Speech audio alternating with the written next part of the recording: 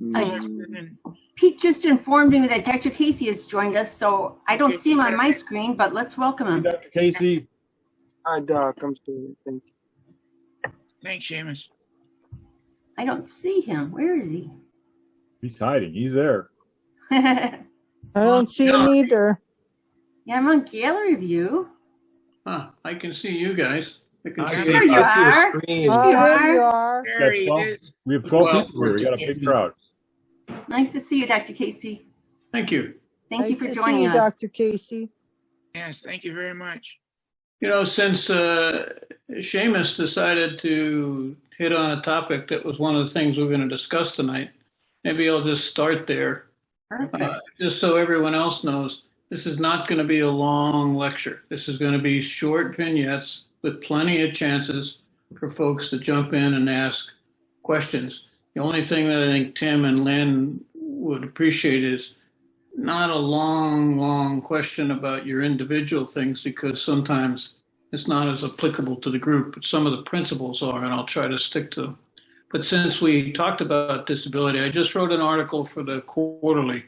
But the good news, in quotation marks, for folks who are trying to get disability is, for so long, disability worked off of something called the Blue Book. That's the Social Security Association or Administration's book of listed entities that they recognize to even discuss. Trigeminal neuralgia, neuropathic face pain, odontalgia, they weren't in there. So because of that, you needed to oftentimes take a different approach, and that meant that people were asking for disability based on the chronicity of the pain, which is a much bigger hurdle to have to jump over. So unlike our definition, that is the what's called the neuroscience special interest group of the International Association for the Study of Pain, we think chronic pain occurs when it's been present for 3 months. Social Security people at the current time think it has to be present for 1 year with no chance of recovery in the next year. So that sort of is at odds right there. And that part is currently under review with the Social Security Administration and the different pain societies to sort of look at that again. But the bigger area of excitement is there's a thing called the International Classification of Diseases. It's how we communicate with insurance companies about what we did and why we did it. For so long in the ICD-9, there wasn't anything about chronic pain. It was listed under other syndromes. You could relate it to something, but it didn't have its own ICD-9 designator. In the upcoming edition, which comes out in January, of the ICD-11, which all doctors use, chronic pain has 5 different categories. Trigeminal neuralgia is the third one down, as is other types of neuropathic face pain. That's going to make a huge difference on a couple of fronts. One, as was alluded to with Seamus, if doctors are writing letters, they can use that designator, and that cuts through a lot of trying to explain to the insurance company or the lawyer or anybody else what it is, because this will be all defined in the ICD-11.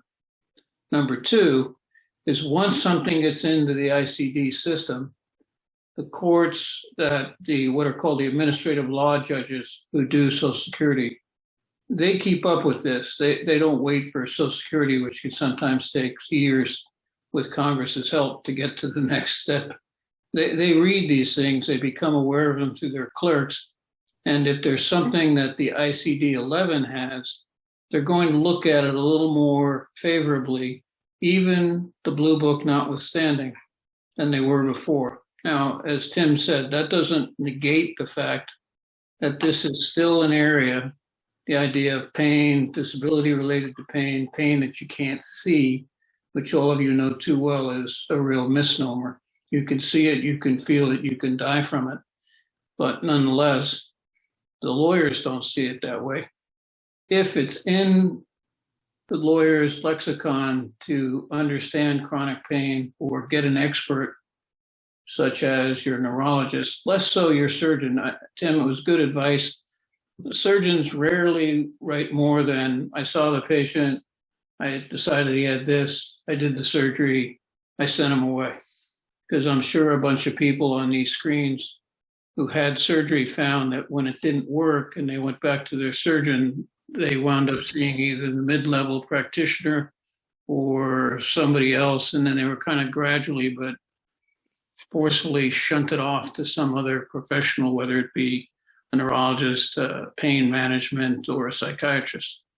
So the surgeons can be of help, but it's not very common.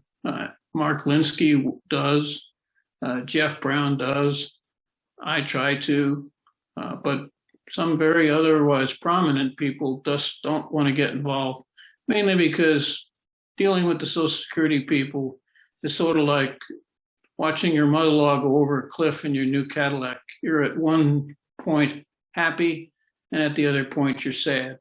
And that's how it is dealing with them. They don't seem to get the point regardless of what you say to them. So the exciting news then, I think, is you're going to have a code that applies specifically to your problem. That's going to help recognition, just the same as groups like this one helped recognition for family doctors and dentists and so on over the past 30 years.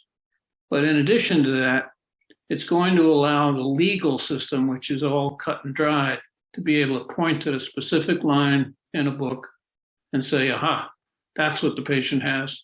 And they don't need a lengthy explanation of, does my chronic pain mean I can't get up in the morning? Does my chronic pain mean I can't eat certain things? Does my chronic pain limit me from doing this, that, or the other thing? And it gets also away from the element of time. One of the things that has befuddled the judges, and I've talked to some administrative law judges, they don't get how something could come and go. So to them, the idea of remission and cycles of trigeminal pain really has caused them to be concerned that it doesn't quite fit their knowledge. Pain, back pain, it's there all the time. And broken leg pain, it's there all the time. But if you have somebody who has severe face pain and it's bad for 3 days, and then they either get some medication or things settle down, or they go into one of their normal remission cycles, that strikes them as something that they can't quite get their heads around. Again, having a code that subsumes all that ahead of time is going to take all that unnecessary thinking out of the equation, especially if a lawyer is skillful enough, with your help, if you're their customer, to point out that remissions in this setting are no different than remissions in heartburn, or no different than remissions in other gastrointestinal diseases. People who have ulcerative colitis don't have it every second of every day.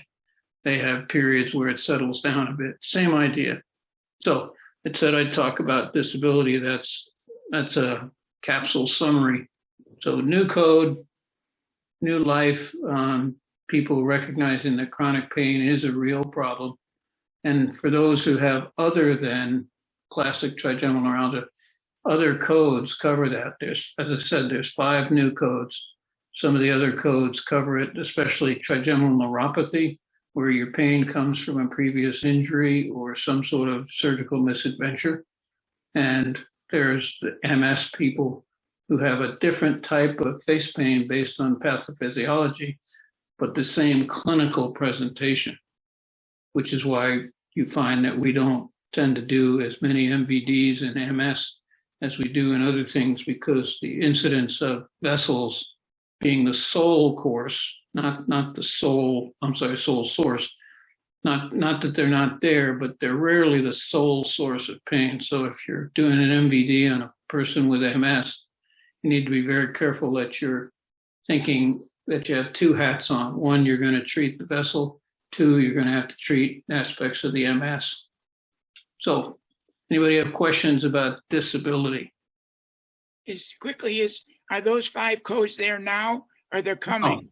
No, they won't be out until what's called the ICD-11 is published in January. Well, it'll get published probably late December, But knowing how Congress moves, we won't see it until early January. We become responsible for the codes on the first of the year.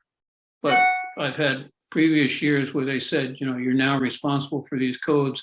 And then we don't get the codes until February or March because it's Congress. And I don't think they actually work for a living. I think they just visit Washington, see the sights, and then come back home. But that's my own personal bias. You're going to get your potholes fixed, Doc? Yeah, we'll see. I have families living in some of the potholes near the house. Yeah. We drop food into them every day to keep them sustained. Checks in the mail, huh? Yep. So, any questions about disability? Okay.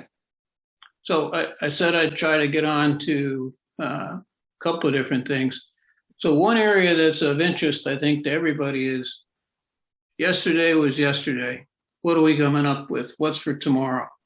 So if you look at a site on the computer called clinicaltrials.gov, that lists all the approved trials worldwide. Now they point out that some of the European trials, which you wouldn't necessarily be eligible for unless you have relatives or you want to go live there for a while, they may not be vetted as heavily by the folks who look at what's called the IRB in other countries as they do here. But nonetheless, at the current time, there's about 62 open studies. This is a huge change. 5-10 years ago, there might have been 20, 25 true studies going on, and most of them had to do with drugs. This latest review shows that people are looking at something called focused ultrasound.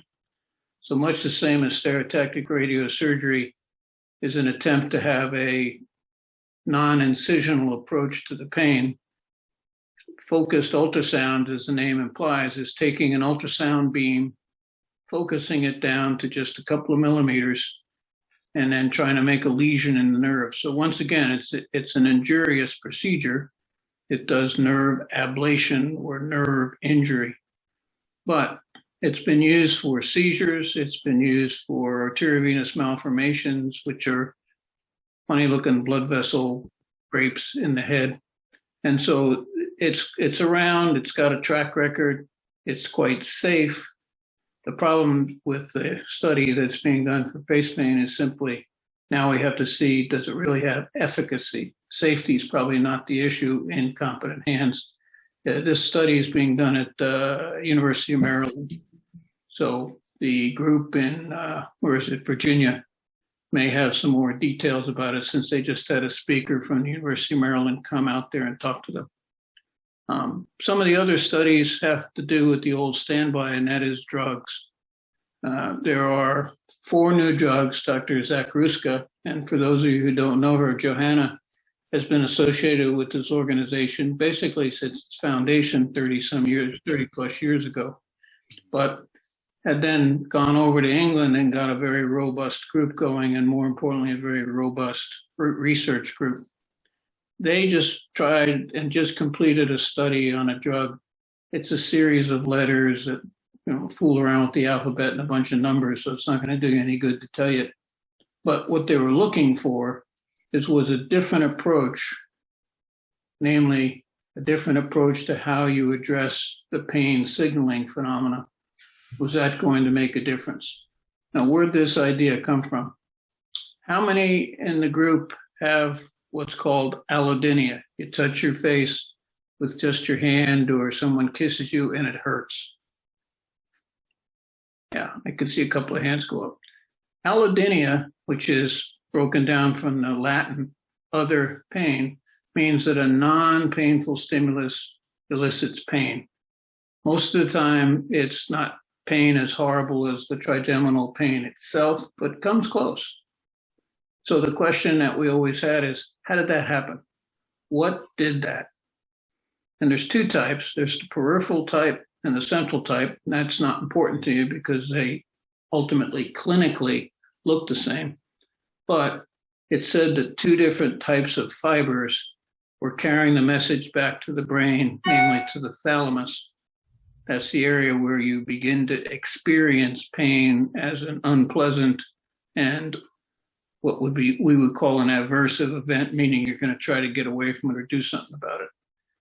In the thalamus, there's a group of little cells who cover every part of your body. And their job is to look at heat and cold and pressure and pin and light touch and make a decision about whether they're on par. Now, they have helper cells along the way, what are called amplifying mechanisms. But the key is that those cells appear in humans. This is something we've now able to show in humans with functional MRI, that they become hyperexcitable. And so long after the stimulus has gone away, even that of light touch, they're still busy firing away.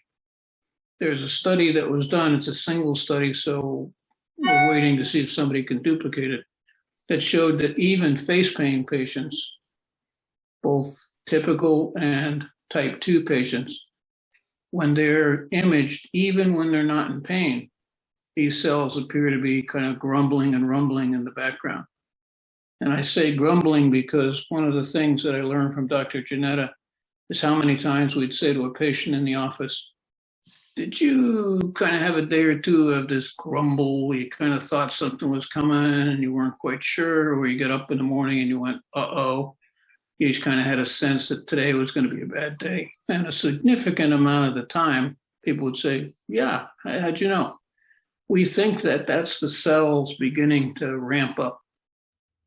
Now, why is that important? Well, because drugs that aim at that phase, instead of waiting till it's already pain and you're trying to block the pain, drugs that aim at trying to slow down this organization, this excitement in the cells, are a new area for concentration because it's a new target. These cells have a different chemical outlook than chemical composition than some of the cells that are elsewhere involved in the pain system.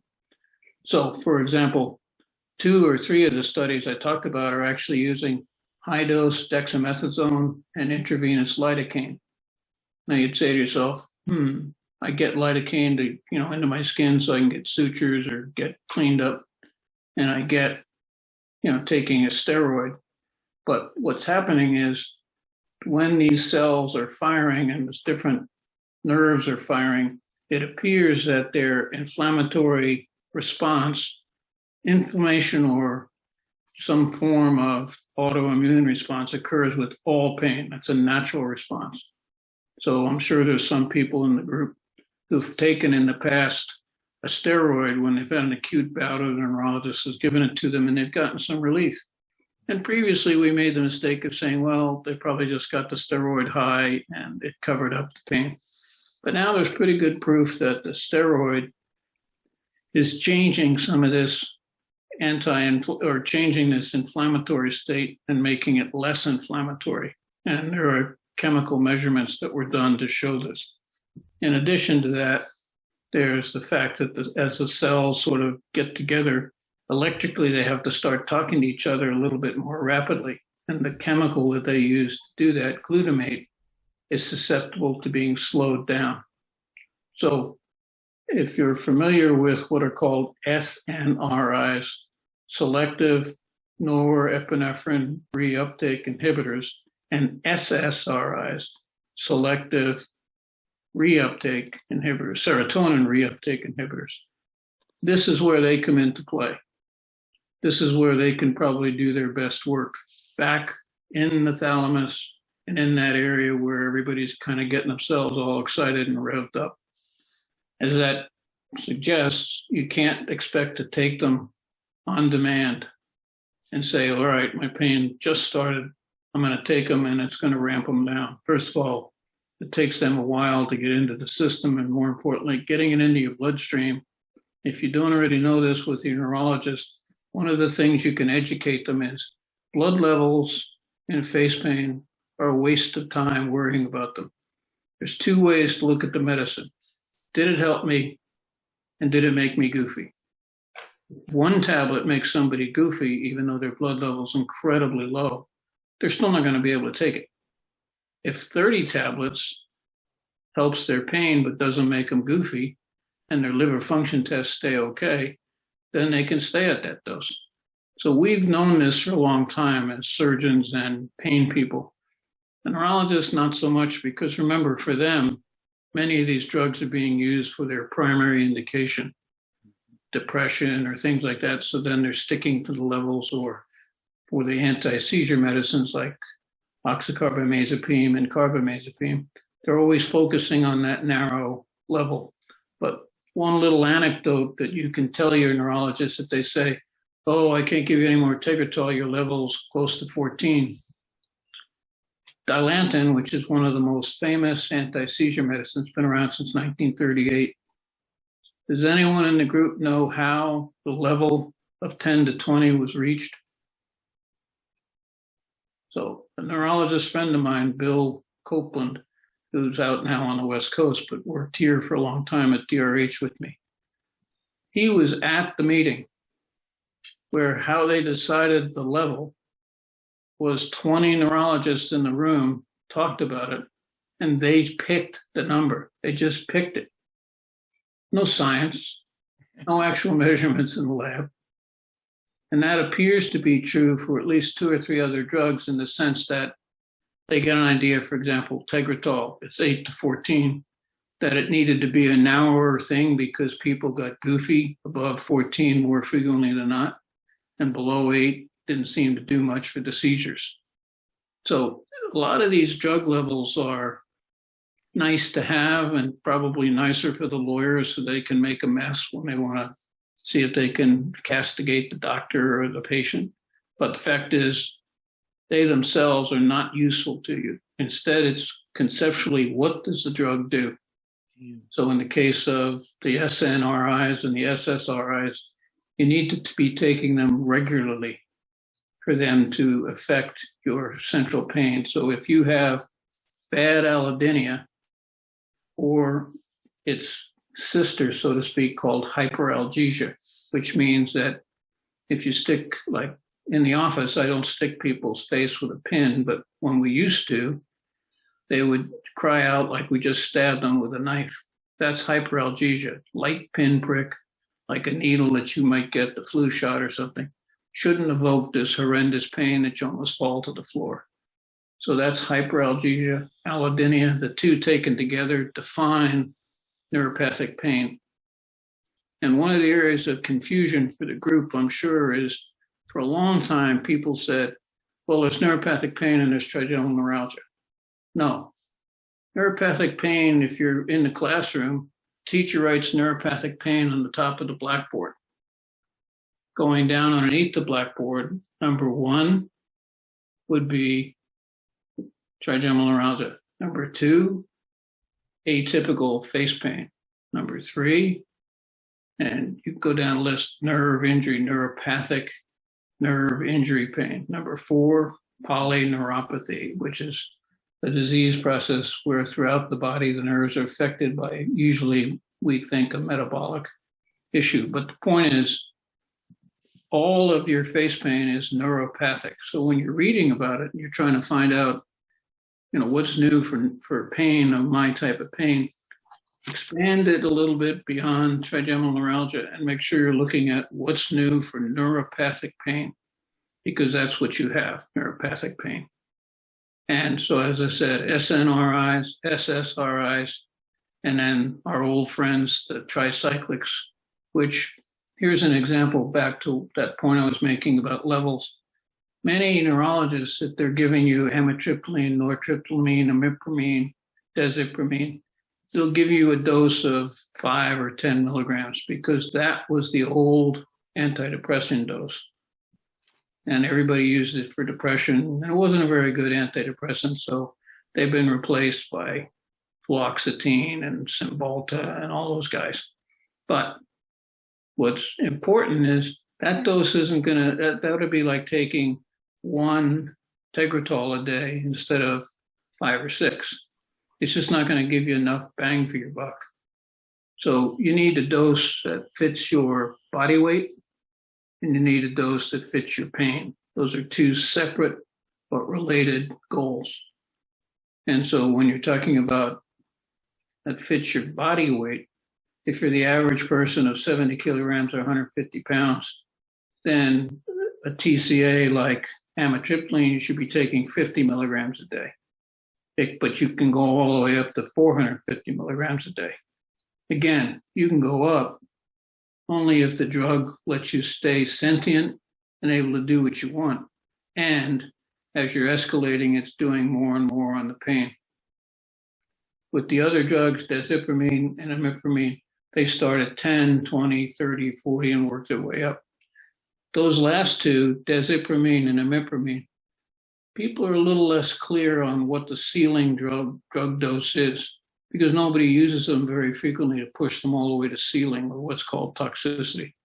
So it's hard to know, to give you a firm number, but just like oxycarbamazepine, we think that the best dose is 1,800 milligrams a day at the ceiling. Usually you don't get much effect past it. Tegretol, on the other hand, or carbamazepine, the best dose is around 18 to 2,000, but you can go to 2,500. But both of them have to start at a decent dose. So a lot of times what the doctors do, they'll say, well, take one a day of either of those two AEDs, anti-epileptic drugs. That's not enough. So to no surprise, it either won't work and you and the doctor will decide it's a failure, or you have to escalate it. So the starting dose for carbamazepine is usually 200 milligrams 3 or 4 times a day. And for oxycarbamazepine, it's 300 milligrams twice a day at a minimum, regardless of your height or weight, ethnicity, sex, and previous drug use. Those guys get along with other drugs pretty well, with some rare exceptions that your pharmacist would know about. So back to the trials, there are 2 or 3 drugs that are looking at a different way to approach. So we have the ones going after the cells and the cell activity. We talked briefly about those. Then in the nerve itself, the nerve has to fire to be able to make its message felt, whatever the message is, whether it's light touch or pain. That requires the exchange of 2 chemicals, sodium and potassium. And I don't want to make neurophysiologists out of you, but they have to change inside the nerve. So another old group of drugs are called sodium reuptake inhibitors. That's what carbamazepine and oxycarbamazepine are. And those happen to be, actually, carbamazepine is the only one that actually has a controlled published trial on its efficacy. Oxycarbamazepine, however, the European Federation of Neurological Society and the American Association of Neurologists both list those two as the 1-2 drugs. And that's certainly been our experience when we canvass patients, either for the book or we canvass patients at meetings, that those who can respond to it find that that gave them the most all-encompassing relief with the least amount of change in how their mind worked. Although almost everybody tells us that their body knows something's in there. That's no different than taking a few drinks. Your body knows that there's alcohol in your system and it's trying to do something to get rid of it. Same applies here. So if you give it a little bit of time, it'll tend to smooth out. Typically, it takes a week to 10 days with carbamazepine, and about the same, but maybe an extra couple of days with oxycarbamazepine because of that little side group. So we have another class of drugs, the SNRIs, the TCAs, the SSRIs, and the anti-epileptic drugs. There are 2 more of those that are in trial. At least we assume that's what they are, because again, they're hidden under a bunch of letters. And 2 of the studies are taking place in Israel. One of the studies is taking place at Thomas Jefferson University in Philadelphia. We don't have any preliminary data. 2 of the studies are what are called closed or completed. So that means they've gotten the number of patients they expected to get. However, for 5 other drugs, Botox, amphostine, another one of those drugs that had a bunch of letters, the trials were terminated. Now, terminating a trial usually means one of 2 things. Either you're adverse episodes with patients were too high and exceeded what's called your safety monitor level, or it didn't work.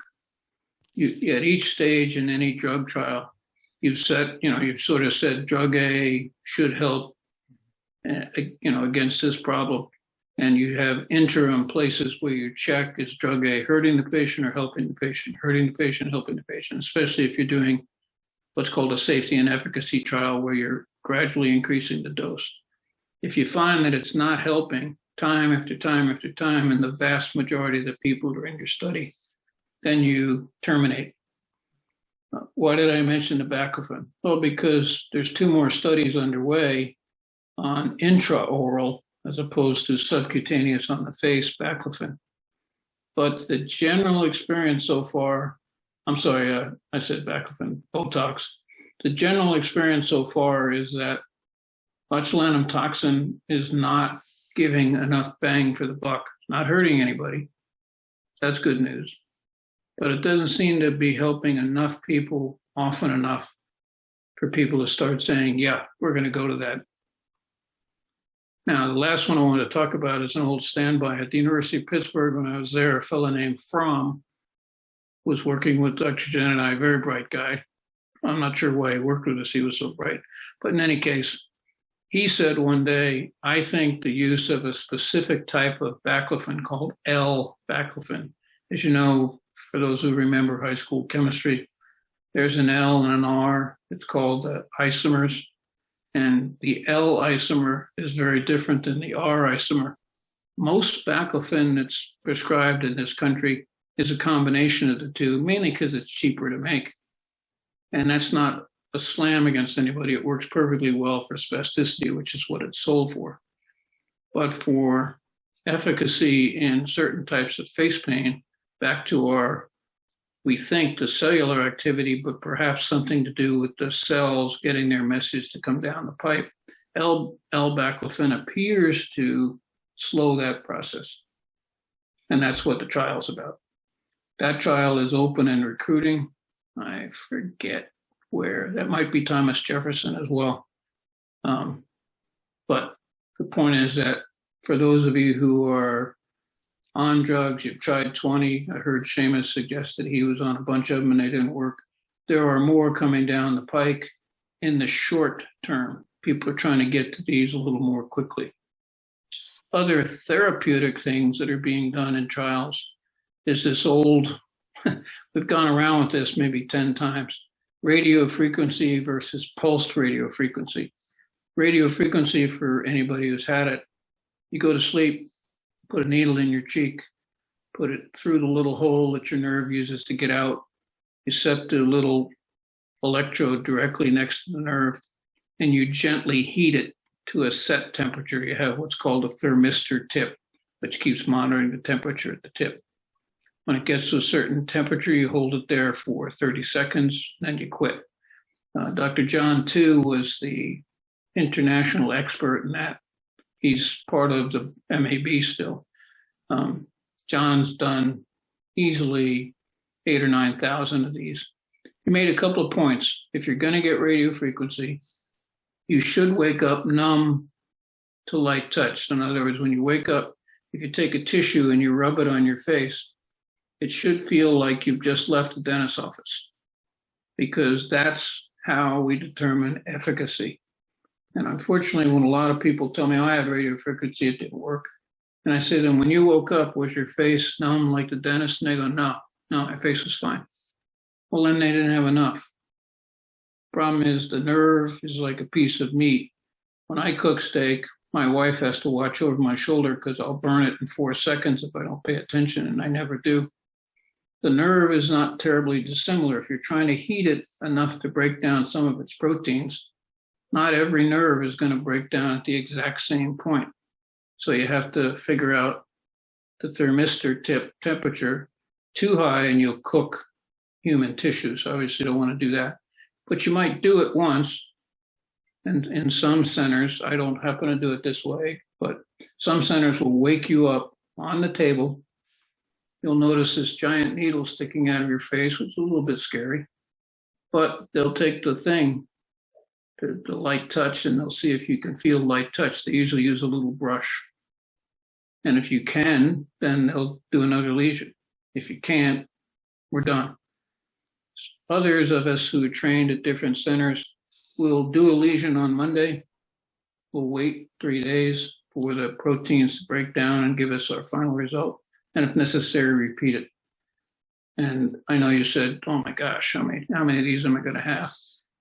Typically, it's an outpatient procedure. It takes about an hour. You go home right afterwards. There's no restrictions, except for a bit of a sore jaw because of the needle we put in. There's really no side effect. So that's regular radiofrequency. Current is steady. Current doesn't change. There's a group of people, and some I think one of them is at Stanford, if I remember correctly, who are saying, well, what if I pulse the radiofrequency?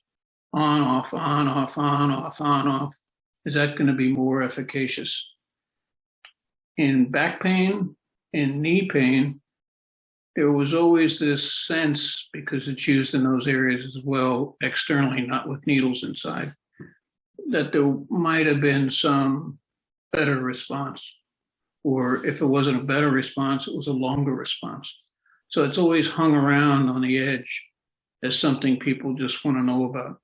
So those two studies are underway with pulsed radiofrequency. You have the focused ultrasound that I mentioned. And then the last one to me is the most intriguing. How many people in the group have what their doctors told them was occipital neuralgia as well as face pain? Anybody? Now, it tends to be more common than we like to hear. And what happens is many times people say, well, I have face pain, but I also have occipital neuralgia, as if it were two different entities. One of the things Dr. Jen and I spent a lot of time doing in humans is when we were in the back of the head for other reasons, just above a certain set of nuclei, we would record what their activity was in patients with face pain. And we found that something called the cervical nexus, where the deep portion of the nerve that goes to your face, it's nuclei.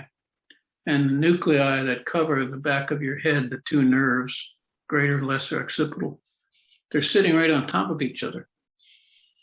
So if we go back to our thalamic model of the boys in a neighborhood are starting to get together to rumble, to no surprise, they can get their neighbors riled up. And we found that a lot of times if we took people with occipital neuralgia when we met them plus face pain and gave them a microvascular decompression, in not a small number of cases, roughly 70%, the occipital neuralgia went away. Conversely, if we take patients who have face pain, and that's the study that's undergoing right now, and you try to inject that area of the spinal cord with a needle, either putting a little bit, you can't put lidocaine in the spinal cord at that level because you'll stop breathing, which we find annoying in the patients. It's kind of hard to explain to them. So we injected you and you died. Obviously you don't have any pain, but didn't turn out the way we expected. So they're injecting different substances right now. One of the studies is doing glycerol into that little nexus I talked about to see if that'll take care of face pain. The last one that I mentioned in that group was a lidocaine, intravenous lidocaine. In the urology group, for at least 10 years, urologists have used intravenous lidocaine to reduce the amount of narcotics and opioids that the patients need post-op, and it was very successful. Then the orthopedic surgeons and the back surgeons in general, spine surgeons of both ilk, neurosurgery, and began to notice that this applied quite nicely to a multi-level fusion, that you could reduce the amount of post-op analgesia that you needed with a continuous lidocaine infusion. We opened a study that's still open. We're still recruiting people in which when they come to us with intractable type 2 face pain, not true trigeminal neuralgia, intractable face pain, and we've x-rayed them and made sure they don't have some other causes, there's no trauma, et cetera. They get offered either the chance to do lidocaine or ketamine. Now, because of the fact that there's a placebo effect of 30% in anything you give patients, and this is a trial where we're putting a chemical into the body, we can't do it truly blinded. In other words, we can't not tell the patient that you're getting one or the other. So they choose, sometimes we'll go one and the other flip-flop back and forth, so that's the closest we can come. What we found pretty solidly over the last 4 or 5 years is lidocaine will give relief, but it's much more short-lived. Usually within a week, 10 days, patient says, I'm starting to get some twinges and some things. Ketamine, which has been around since animals got anesthesia and now widely used in medicine, both for children and then for adults for a form of anesthetic. We use it at what's called a sub-anesthetic dose. And ours is slightly different than what's happening elsewhere. For example, Thomas Jefferson, I don't know how they still can do this, but I think they use an outpatient service. You come in 5 days in a row and get a certain size dose. We use 1 day, long dose, much bigger dose. Comparing it, and that's not really a fair thing, but they have type 2 patients, we have type 2 patients. Sometimes based on the story, we can make an approximation that they're somewhat the same. No two people's pain is exactly alike. It would appear that we're getting longer efficacy. We're getting 3 and 4 months where the patient has relief after the second dose, whereas they're in a shorter time frame. That remains to be borne out. And there's one more ketamine study which was proposed, then it was withdrawn. I don't know why. But that rounds out the clinical trials that are going on. So what's the message there? Stuff's being done much more now than years ago to address your type of pain. There are other things going on, like the registry that the home office is getting ready to start. That'll be a patient-run, doctor overseen registry.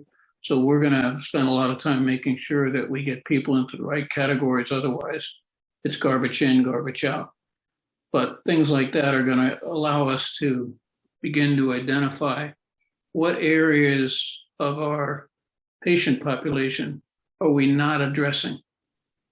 What areas, besides them telling us in the office on a one-by-one basis, what areas appear to be undertreated? For example, my own bias is that certain types of jaw and tooth pain is undertreated. The dentists have a set of blocks they can do, and these blocks work great, but they wear off. They have to, they're blocks. So the question is, can we build on that information? But we need to find out how many people are out there like that. How many people got a couple of blocks and it went away? How many people get blocks and it keeps coming back? So that's the support group. Tim, any other things you want me to touch on right away? Sure. Are there any questions about all that information about trials? Obviously, clinical trials, all one word, don't put a space, .gov will take you, it'll take you to a site, it's open to the public. It'll say, what are you interested in? You type in trigeminal neuralgia. Then there's other things underneath, condition and something in country and so on. Ignore all that. Just hit the search button. Mhm. And the search button will take you to these 84 studies. You were going to talk about Young Patients Committee experiences. Okay, I'll do that briefly because Yeah. my wife is signaling that we have to bring it to a close. Young Patients Committee, first of all, that's done a lot for a whole bunch of well-deserving patients because heretofore, and even now, many neurologists, if somebody goes in and says, I have stabbing, shooting, face pain, goes down my jaw, sometimes goes into my cheek, they say, well, you're too young to have trigeminal neuralgia, so it must be something else because they automatically assume old person's disease.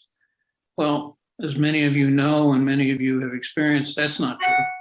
God doesn't seem to have singled out just the old people for this one.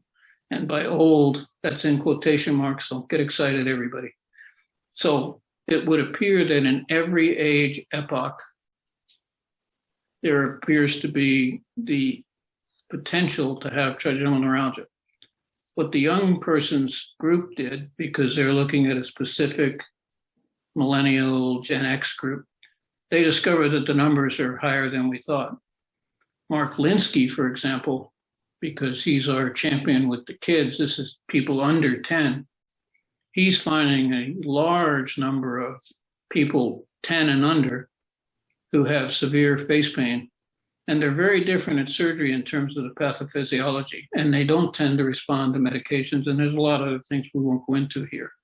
But the point is that by having these subgroups under the banner of the support group and the FPA, we're beginning to tease out perhaps genetic differences. And that led, to those of you who know, to the 3 genetic studies that were done, one at Yale, one at OSU, and one at Pittsburgh. I'm sorry, OHSU. And what those are suggesting is that there is a genetic component. It appears to be in the pain signaling system. It appears to be a subgroup of a certain group of chemicals called vanilloids. And it helps to explain something PJ and I knew and I've written about in the book. About 11 to now up to 15% now that we've got the young people's group of people have someone else in the family who has face pain through type 1 or type 2 face pain, not MS face pain, not trauma face pain, but true MS pain. And so true face pain. So the young people's group has helped uncover that a bit more and help direct attention to the children to, again, get over that bugaboo with pediatricians say, well, it can't be trigeminal neuralgia. Come on, it's an 8-year-old.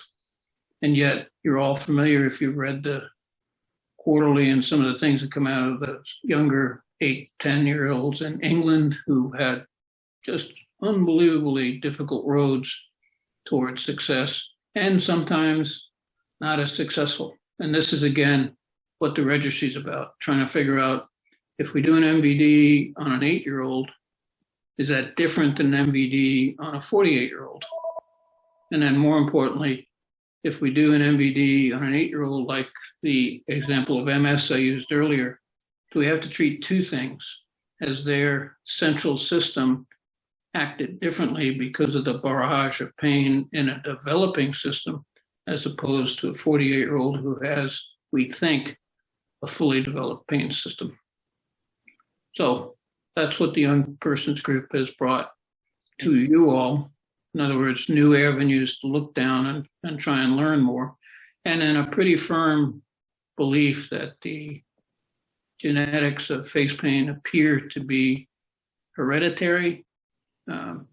It's not autosomal dominant. So if anyone's familiar with that term, it means that you definitely pass it on. That's not the case. It's only, like I said, 11 to 15% in the family, but it would appear that with the right matchup, there can be a pass along. Now remember, 11 to 15% doesn't mean god-awful pain bringing you to your knees. There are some people who tell us, well, yeah, I've had months of kind of an achy, burning pain, but not enough to, for me to do something about it.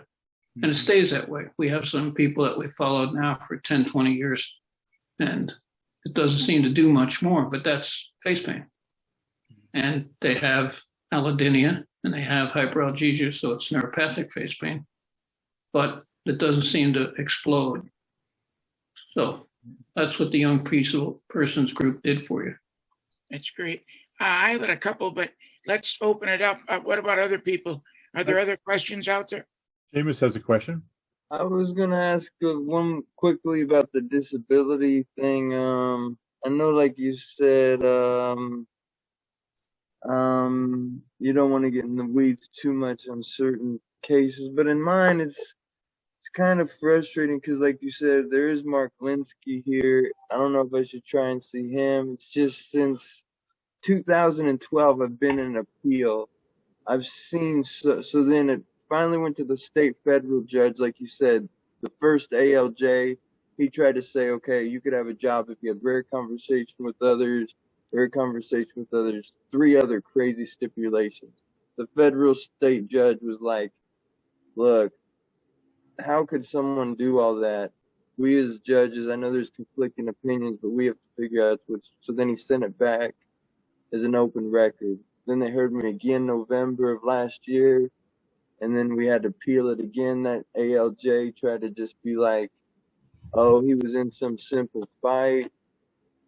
I couldn't even live in a place where someone lives above me anytime they walk. There's so much cranial nerve damage. And it's frustrating because, like, Cedars, that facial pain specialist, can't remember his name off the top of my head, but I've seen him twice.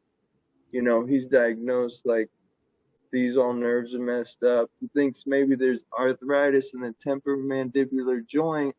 It's just like, seems like it's just falling through the cracks. So I don't know, maybe if I mention to my lawyer now that the ICD of the trigeminal neuralgia is in there and trigeminal neuropathy, maybe that can be more. But even during the last